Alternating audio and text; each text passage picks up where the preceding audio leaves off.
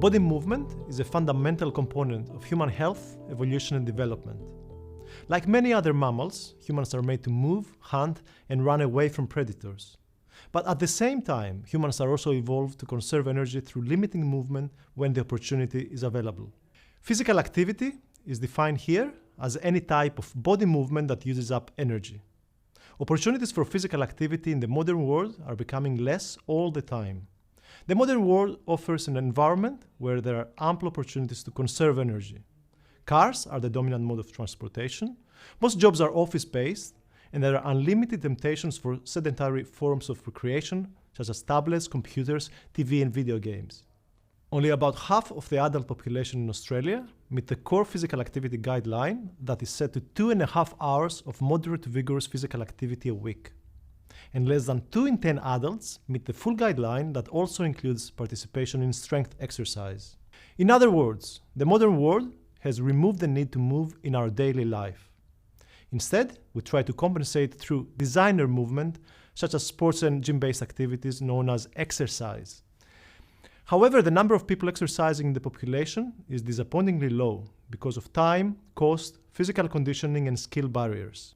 Clinical exercise programs aimed at treating or managing chronic conditions are not standard practice and can be difficult to implement due to low participation. Incidental activity, that is everyday physical activity, may be more feasible for many people. We will now see how physical activity and exercise relate to mental health and well-being. Almost half of the Australian population has experienced some form of mental disorder at some point in their lifetime. The commonest mental health conditions are depression and anxiety. And the World Health Organization recognizes depressive disorders as the leading cause of disability worldwide.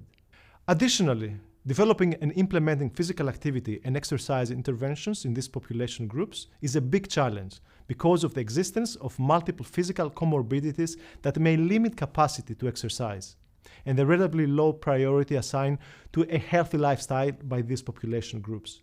There is a lot of overlap between major lifestyle diseases and mental health conditions.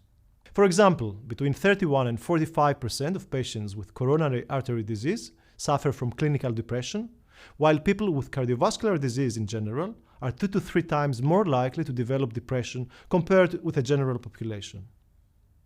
This can trigger a vicious circle whereby mental and physical health problems exacerbate each other, and both jointly reduce the ability to be physically active, leading to worsening health.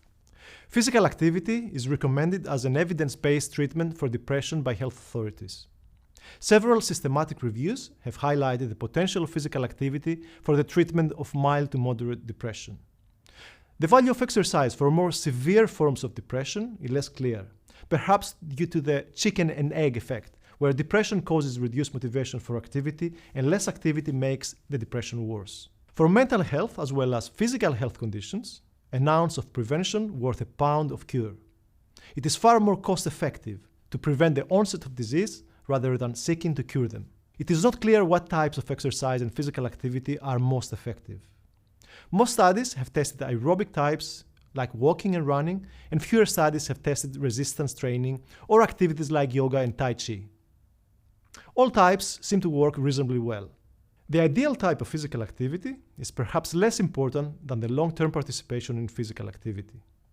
Unfortunately, the mental health benefits of physical activity are temporary. Sustained participation in exercise programs among mental health patients is very challenging. We do not know the best way to help patients to become and remain physically active in their everyday life, or stick to an exercise program. Social isolation and loneliness increase the risk for depression, and people suffering from depression are less likely to have strong social networks. Therefore, physical activity and exercise programs that involve group interaction may be a promising option. We prefer to design a program that suits the preferences and circumstances of each individual, as this will increase the chances of long-term adherence. This has been a brief introduction to physical activity and mental health. We saw that physical activity plays a big role in the prevention and management of major mental illness. Achieving the minimum recommendations of 150 minutes of moderate to vigorous physical activity per week would be an excellent start for people with stressful lives who are currently sedentary. Those achieving these recommendations could strive for 300 minutes per week and more engagement in higher intensity physical activity. The most important aspect of the physical activity component of a treatment plan is that recommended activities are enjoyable and achievable so that the patient adheres to them in the long term.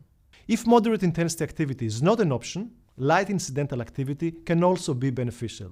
Incidental activity can be embedded into everyday lifestyles and includes walking or cycling to work, using stairs instead of lifts, taking active breaks from continuous sitting, and replacing short to medium car trips with walking or cycling.